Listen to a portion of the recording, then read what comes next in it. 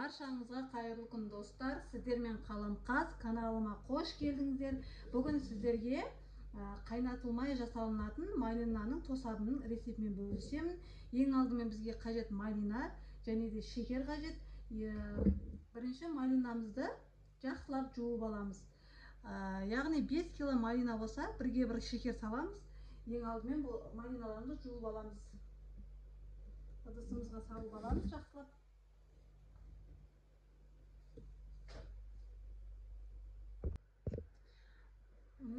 Малиналарымызды жақсылап тазалап жуып алдық.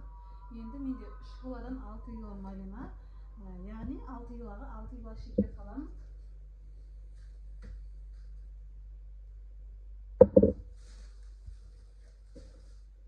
Мінекей малиналарымызды тазартып, жақсылап жуып алдық. Енді менде 3 килодан 6 кило малина, 6 кило малинаға 6 килограмм қант қосамыз.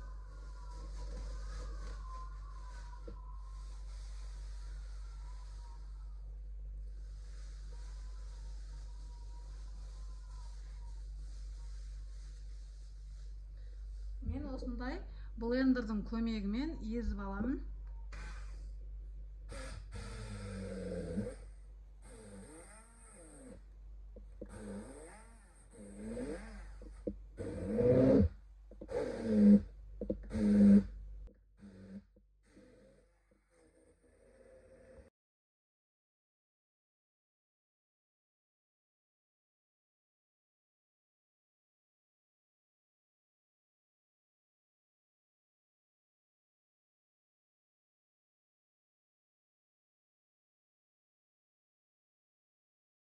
Мінекей малинамызды осылай блендердің көмегімен езіп алдық.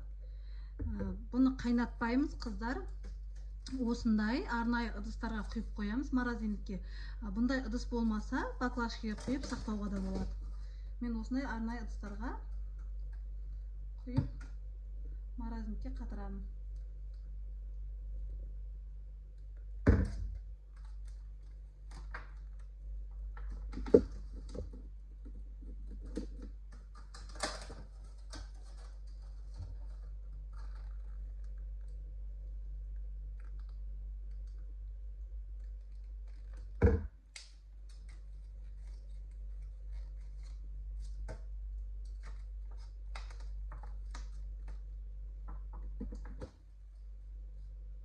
Мінекей осылай ыдыстардың барлығына құйып шықтым.